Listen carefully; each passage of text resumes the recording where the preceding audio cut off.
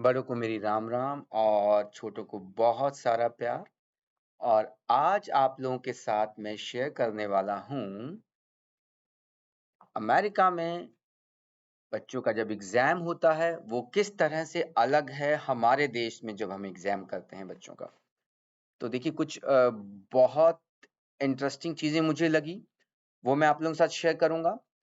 और आप लोगों के साथ अपनी ओपिनियन भी शेयर करूंगा उन चीज़ों को लेकर के, और आप भी अपनी ओपिनियन मुझे बताइएगा कमेंट बॉक्स पे।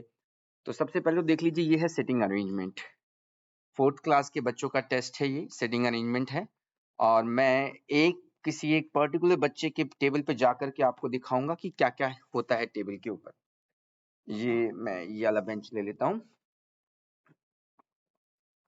तो देखिए, सबसे पहले तो इस बेंच के ऊपर आपको दिखाई दे रही होंगी ये 3 स्लिप। देख पा रहे हैं आप सब ये 3 slip? Let me show you these 3 slips, 1 2 3। यहाँ पे बच्चे का नाम लिखा हुआ है स्लिप के ऊपर। सब्जेक्ट मैथ्स, ऐसे बच्चे का नाम है। सब्जेक्ट रीडिंग, नाम है सब्जेक्ट साइंस। तो फोर्थ क्लास में बच्चे का इन 3 सब्जेक्ट का एग्जाम होता है। और यहाँ पे बच्चे का स्कोर लिखा है BOY। BOY का मतलब है बिगनिंग ऑफ ईयर। तो एक ऐसा ही एग्जाम बिगनिंग ऑफ ईयर में हुआ था बच्चे का।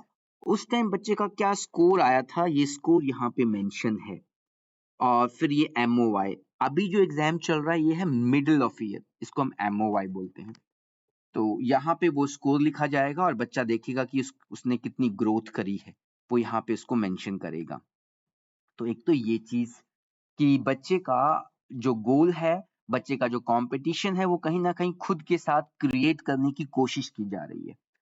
और मैं दिखाता हूँ, ये इस तरह का ब्लू कलर का कार्डबोर्ड टाइप होता है सबके पास। और ये क्या करता है देखना जरा, ये ऐसे और ऐसे खोल के एक प्राइवेट स्पेस क्रिएट कर देता है बच्चे के टेबल के ऊपर। तो इससे ये एंश्योर करते हैं कि कोई भी बच्चा आपस में चीटिंग ना कर पाए। तो ये एक प्राइवेट स्पेस हो गया।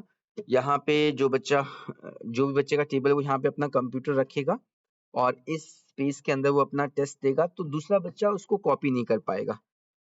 वैसे तो क्वेश्चंस जो हैं वो अलग अलग होते हैं, तो कॉपी का वैसे भी कोई स्कोप नहीं है। फिर साथ में इन्होंने ये भी क्रिएट कर दिया कि बिल्कुल ही स्कोप ना रहे, चीटिंग का कोई स्कोप नहीं होना चाहिए। क्योंकि अगर बच्चे की आदत चीटिंग की पड़ जाए ना, फिर वो पढ़ता कभी नहीं है।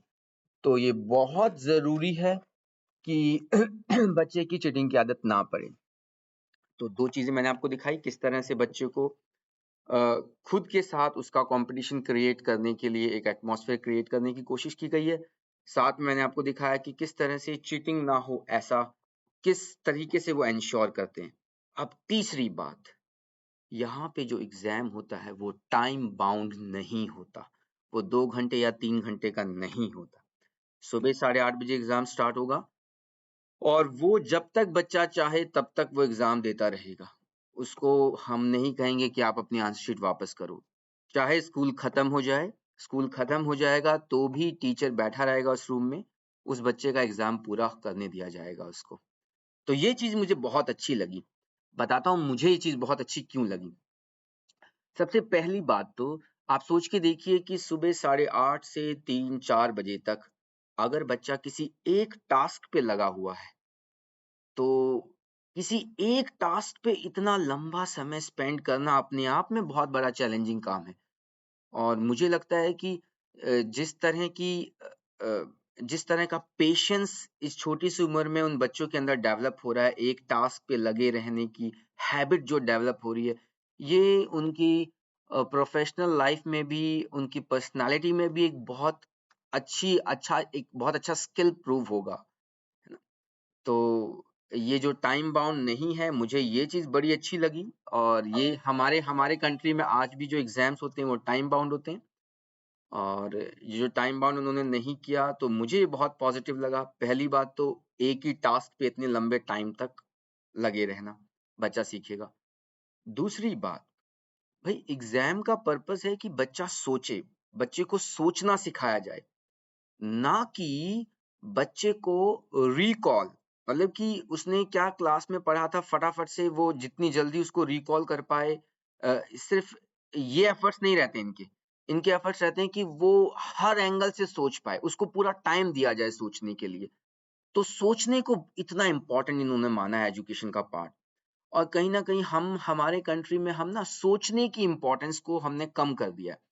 हम सिर्फ़ और सिर्फ़ फॉर एग्ज़ाम्पल अगर हमारा मैथ्स का भी एग्ज़ाम है, तो वो नॉर्मली क्या होता है कि जो क्वेश्चन्स हैं वो बच्चा न एग्ज़ाम में तभी कर पाता है जब उसने एग्ज़ाम से पहले उस तरह के क्वेश्चन्स या फिर वो क्वेश्चन्स कर रखे होते हैं। तो एग्ज़ाम में सिर्फ़ उसके पास इतनी ही फुर्सत होती है कि वो ये याद कर पाए कि उसने इस क्वेश्चन को कैसे किया था। उसके पास इतना समय नहीं होता। अगर हमारे जिस तरह का कल्चर हमने सेट किया हुआ है, अगर उस कल्चर के अंदर बच्चे को ऐसे क्वेश्चन्स दे दिए जाएँ जो उसने बुक में देखे ही ना हों, तो फिर बच्चों के लिए बड़ी मुश्किल हो जाती है ना? क्योंकि हमने ऐसा कल्चर बना लिया है कि क्लास में जो पढ़ा था या फिर आपने R D Sharma, R S Agarwal या किसी भी बुक में जो किया था उसको रिकॉल करना। अच्छा ये क्वेश्चन मैंने कैसे किया था? That's it. उसको रिकॉल करना। तो वो जो 2 घंटे का टाइम है उसके अंदर आप रिकॉल ही कर सकते हैं। आप कोई नया कॉन्सेप्ट या फिर आप कोई नई चीज़ के बारे में सोच नहीं पाते हैं, इतना प्रेशर होता है।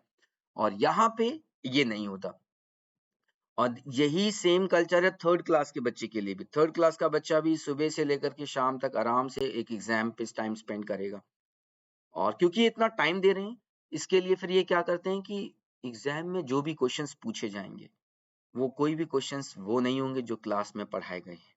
उस तरह के होंगे, लेकिन एग्ज़ैक्टली वो नहीं होंगे। 100% देखो वैसे हमारे वहाँ पे मैंने देखा है कि लगभग 20-25% टेस्ट हम ऐसा बनाने की कोशिश करते हैं जो आउट ऑफ बुक होता है, लेकिन 100% नहीं करते। पर यहाँ पे 100% टेस्ट ऐसा ही बनाया जाता है। मैं आप लोगों के साथ क्वेश्चन पेपर शेयर करूँगा अपने आने वाले वीडियो में। मैं आपको दिखाऊँगा कि किस तरह के क्वेश्चन्स पूछे जाते हैं। तो अभी तक के लिए ठीक है, फिर मिलते हैं अगले वीडियो में। और आप भी बताइएगा कि आपको ये कॉन्सेप्ट ये जो टाइम बाउंड नहीं है टेस्ट, ये आपको कैसा लगा? Good bye.